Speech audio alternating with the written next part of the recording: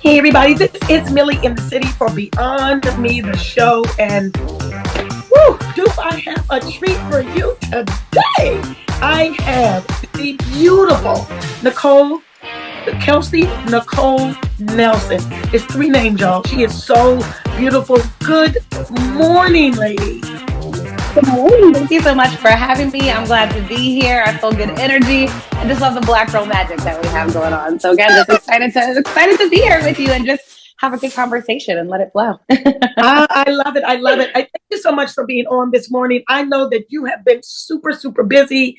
I just want to know, I just couldn't keep up with everything that you're doing. So I'm going to announce you properly. This is Kelsey Nicole Nelson, award-winning. She is a TV reporter. She is a radio host. She's an award-winning journalist. She is a public relations and marketing specialist. I love the specialist, girl. I love it. She's a freelance sports reporter. You're a professor. I was like, oh my God, she's a professor, right? And it is, you work with Bally Sports. I mean, I don't have enough pen and paper to write everything that you've done. Congratulations on everything that you've done and you've been doing. I was so glad to you a couple of weeks ago, although I had to exit that event a little early. I'm just glad we had a chance to connect and meet. I believe everything happens for a reason. And that's what brought us here in this space. And as soon as we connected, I knew it was going to be lifelong. We're stuck together. So I was on your website, and let me find out whoever did your website. I need one now. I need one, especially just for me. It is an amazing, and I saw you with a picture and you had a basketball. So then I thought, wow. So I guess my first question is, like, what happened? You were little and you were like, ooh, I either have brothers and I'm the youngest, or my dad, or I love sports. What happened? I always tell this story, but I am a daddy's girl through and through. I love you too, Mom. But, I've always just kind of gravitated. Me and my dad are literally, if anybody that knows my dad, we're almost the same person. We have the same personality. We have the same love of sports. We're very opinionated and very extroverted people. And we just love to be around people. So, growing up, and I come from an HBCU sports family. So my dad went to Grambling State University. So I grew up with black and gold all throughout the household. Doug Williams posters, Eddie Robinson posters all throughout my household.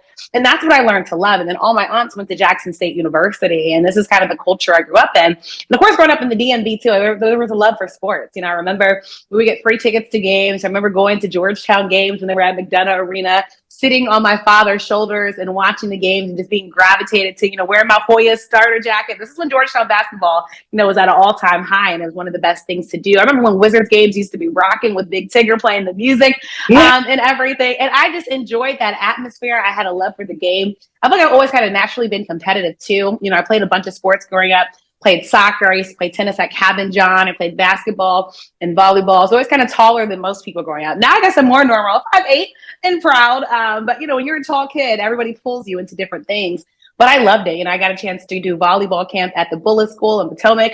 And just so many great opportunities for me came through sports. And I just love how when you're in a sports arena, it's like the one place you can be around anybody that looks different than you, that's a completely different religion, political affiliation, but didn't matter, because for those hours, you were rooting for that team. You're rooting for those players.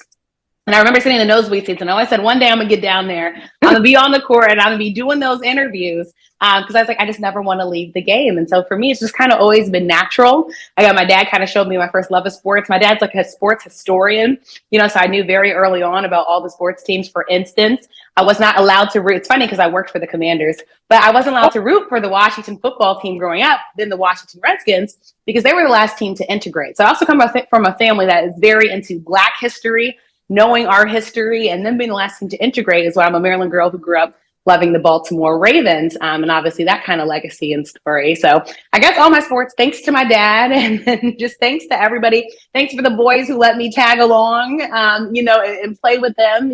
I grew up here, but also in Jackson, Mississippi in the summertime. So kind of the East Coast love of sports and the Southern love of sports, I think, has been integrated into me. And now I just can't ever, imagine being away from the game.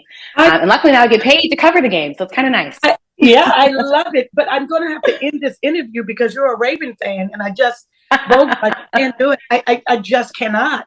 Look, go Baltimore. I'm a Maryland girl. Like, whoop, cut. This interview is over. And that's so funny. I wasn't into it like you, but I just remember being 4 years old, and my grandfather had tickets to the Washington Redskins, and he would go, but in the other stadium, okay, with rickety stadium, yes, the RFK Stadium, and I didn't go because if someone would go, I wouldn't be first in line. It would be my dad, and it would be my brothers. But I just know that early on, Cowboys suck. Excuse my language, but no Cowboys, they are rivals. But I liked them at first. Don't tell anyone. Oh my gosh. Because they had the stars, and I'm a girl, right? And then I thought I was going to get put out the house, right? That rivalry is real between Dallas and Washington. Let me tell you. When we beat them, it is the Super Bowl, okay? It is the Super Bowl. I love that. You told your story. I love that because you just were in it, and the boys let you play. My brothers had to have me and my cousin tag along. And so I am there. I was like, I'm going to be playing. I went to Boys and Girls Club. I was always the last girl in dodgeball. Anything we did, I was and earned respect.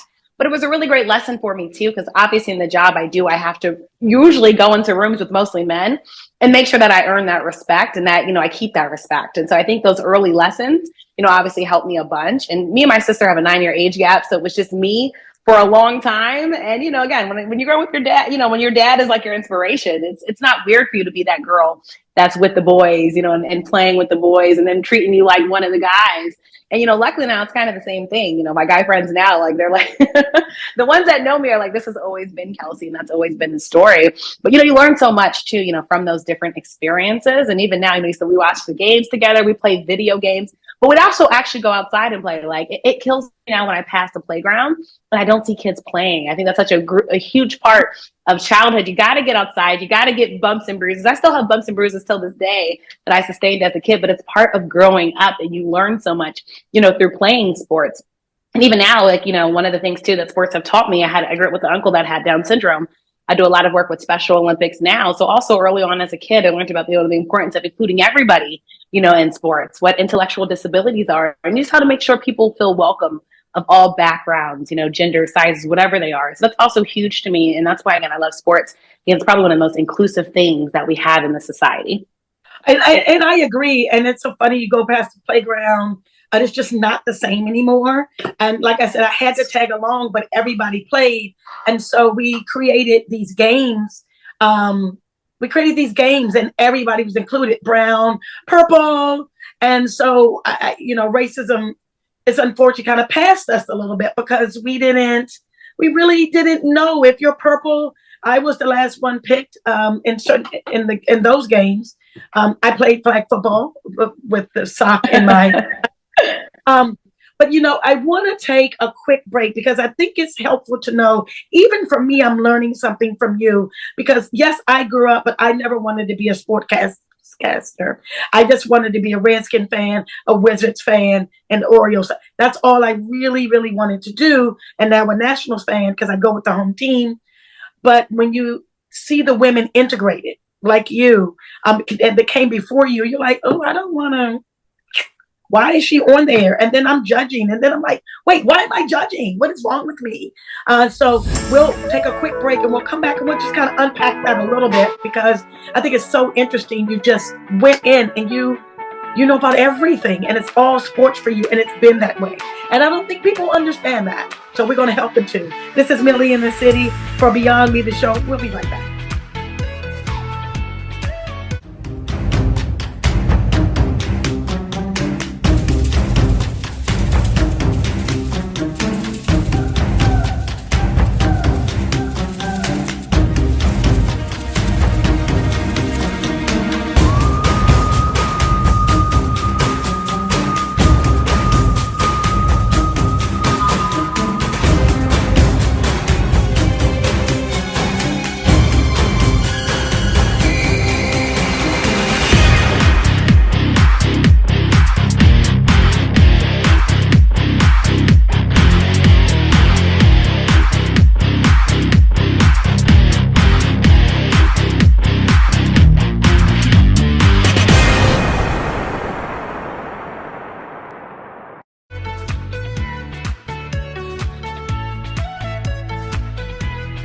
Welcome back. This is Millie in the City for Beyond Me, the show, and I have the beautiful, award-winning Kelsey Nicole Nelson. Thank you so much again for speaking with me today. I really appreciate it. This has been awesome.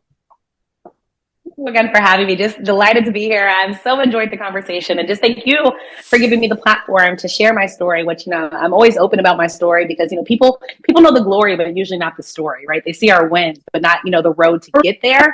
And it's important to be transparent about that, and be vulnerable about that, because I hope it helps someone hopefully out there, inspires somebody out there. That's my goal and purpose, in life, is to hopefully just help somebody else, because I'm very big into lifting as you climb. Always lifting as you climb, and we stand on the shoulders of giants. To whom much is given, much is required. So that's why, I just love opportunities like this. And much has been required of you, and you have taken it on. I'm telling you, I did not have enough paper and pen to write everything that you've done. But before the break, we were talking about kind of background and how you got into it. I know that I myself have been a sports fan. My second favorite team is the San Francisco 49ers. But you got to remember Joe Theismann. You've got to remember, oh gosh, it just left me for the San Francisco 49ers. What was his name? Oh my gosh. Oh, it's going to come back. It's going to come back. It's going to come back to me.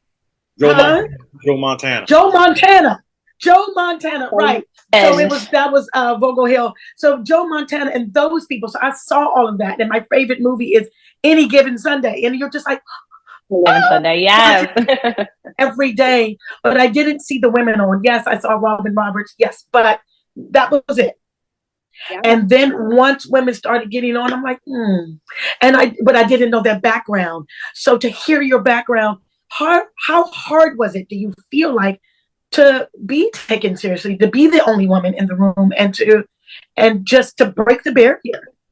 Yeah, and I think the barrier, is still being broken. Unfortunately, we still live in a divisive time, where there's some people who still, and especially being a Black woman, let me say this: when you're a Black woman in sports, you're facing, multiple things. You're facing the racism, and you're facing the sexism side of the industry. And, the Malcolm X quote that lives rent free in my head is, the most disrespected and unprotected person in America is the Black woman. And especially when you're trying to enter a sports space that for so long has been dominated by white men, and kind of the good old boys club. When you look different, people almost have to, I think this is what life is so much about, so many people wanting to find a seat at the table. But I think for me, what it's really been is, I'm not going to wait for anybody to offer me a seat at the table. I will build my own. Luckily, I'm a woman of faith, and I believe God has given me the tools to be able to create my own table and to welcome others to that table. So they're able to not only just bring up chairs to that table, but to put their elbows down, to get comfortable at that table, and to have space to breathe at that table and to be listened to and taken seriously at that table. And, and I think for me, starting my career in the nation's capital, right, the most powerful city,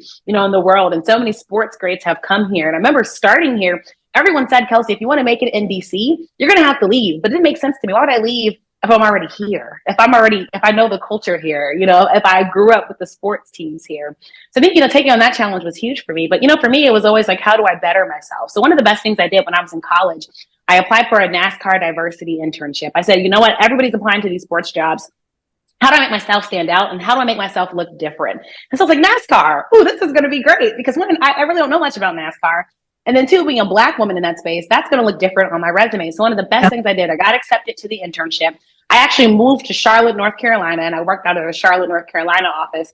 And I was there in our integrated marketing and communication. So basically what my job was I was booking NASCAR drivers for AM radio shows, FM radio shows, and non-conventional manners. So like booking them on hip hop shows and, things like that, trying to introduce them to new audiences. And it was such a great experience. I got a chance to go to my first NASCAR races. And then one of the best things I did, because I'm always like, I'm never just going to do the job you tell me. I'm always going to find a way that I can do more. I'm never satisfied.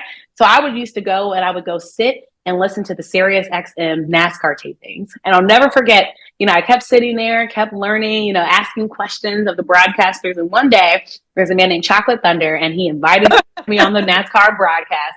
And I'm like shaking. I'm like, oh my God, I'm about to go like live on AR, and talk about NASCAR. But it was one of the best opportunities And it also just shows, that people are always watching you, in rooms. And, I became the lead NASCAR intern. I would plan our lunch and learns. And, I think that's why it's so important to not only just do a job, but do it to the best of your abilities and do it beyond, always, there's nothing wrong with being an overachiever in anything.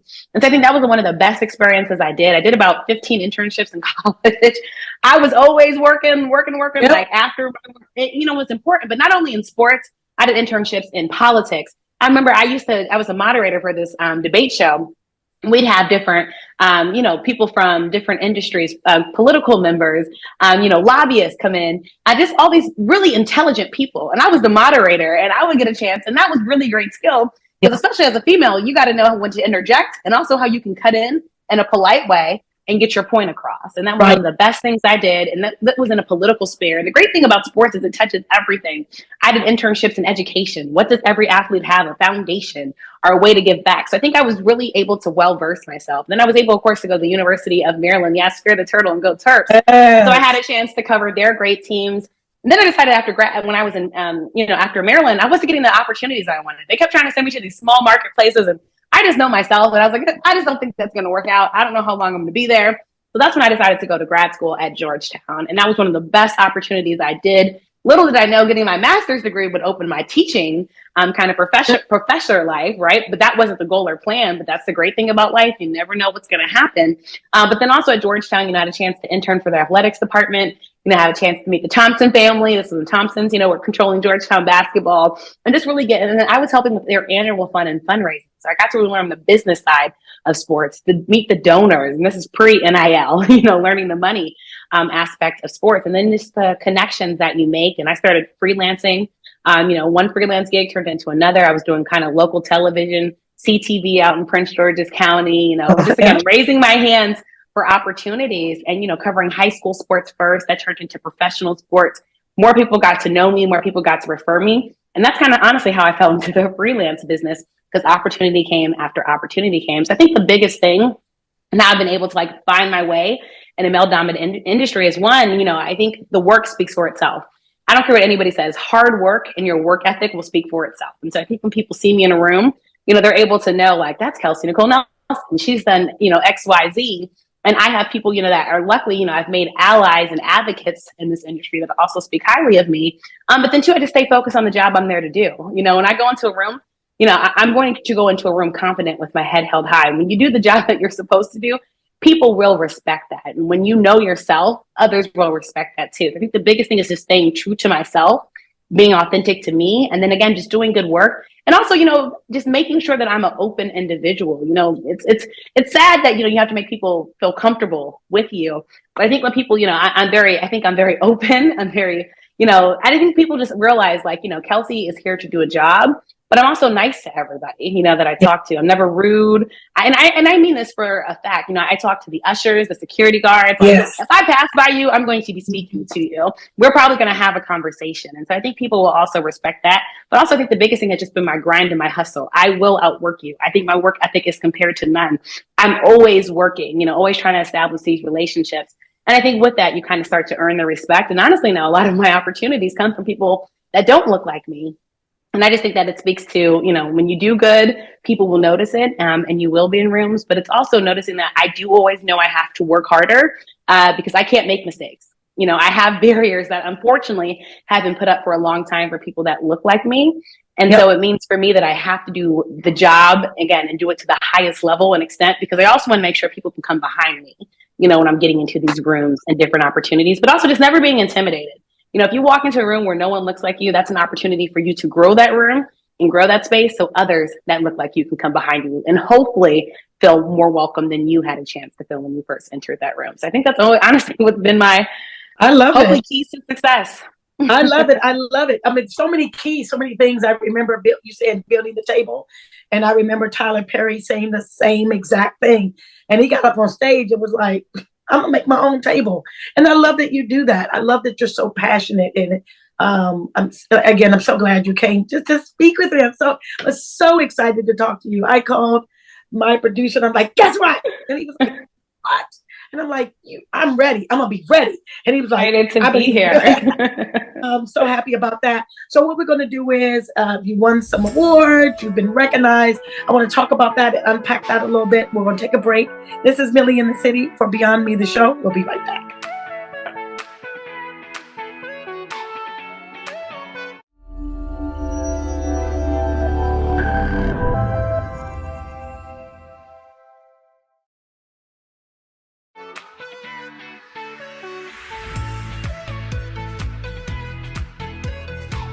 Welcome back. This is Millie in the City for Beyond Me show. We have been talking to the beautiful award-winning sportscaster extraordinaire, Kelsey Nicole Nelson.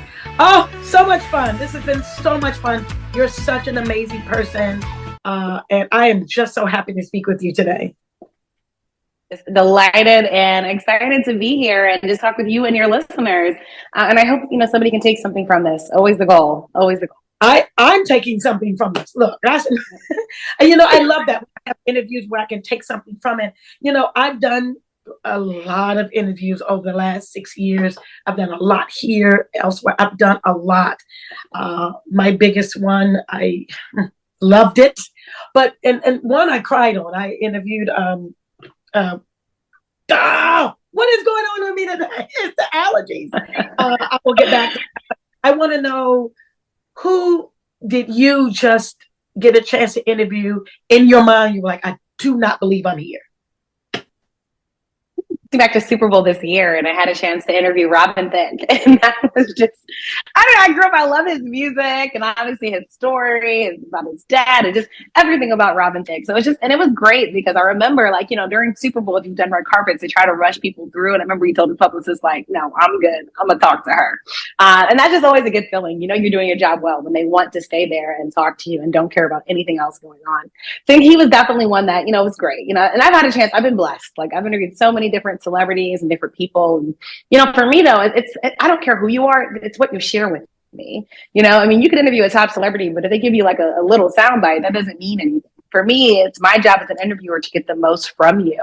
And I think somebody like him, being able to open up and, this is the first time we're meeting. And so I think that's what people don't realize. When you're an interviewer, you have to establish trust and credibility very quickly to get somebody to, to get that good soundbite and to get them to trust you and to be vulnerable with you and to answer your questions. I think somebody like him, it was great. Probably also LeVar Ball. That was one of my favorite interviews. That was one of the ones that got me on the national level because my interview went viral with him, but it's because I spoke to him as a father. I was not trying to get him mad. I was not trying to feed into the stereotype of the angry Black man.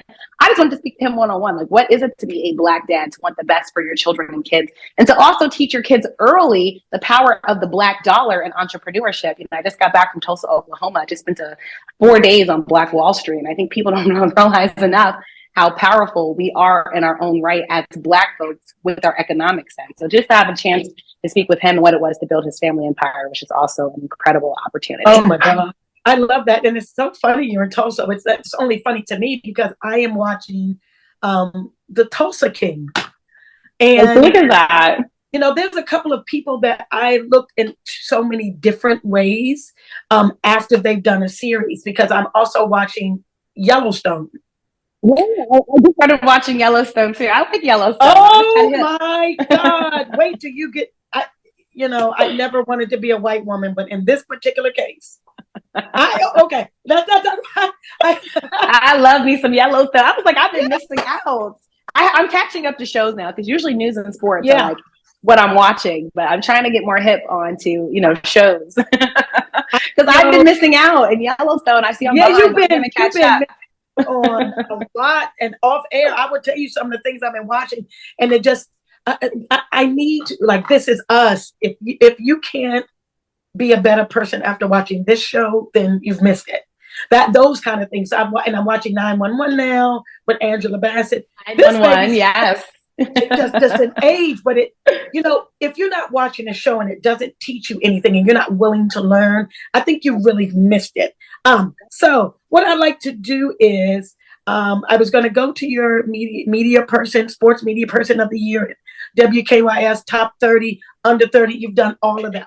I wanted to get back because I have so much paper on you.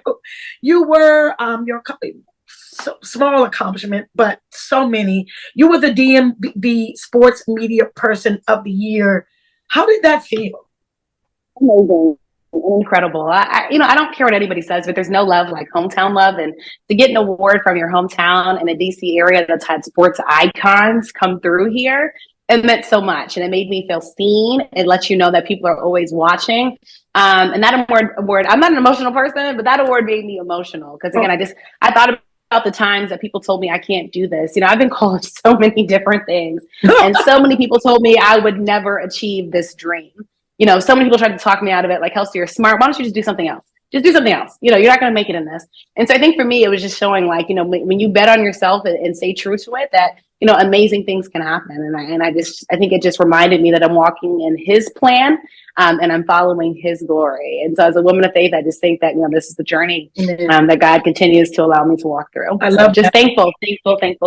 Then you got WKYS 30 under 30.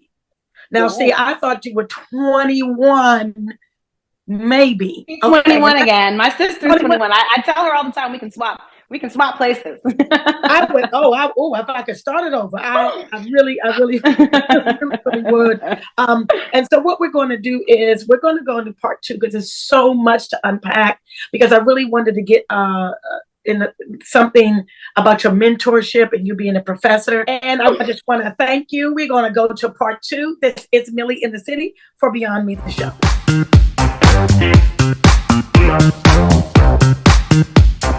show.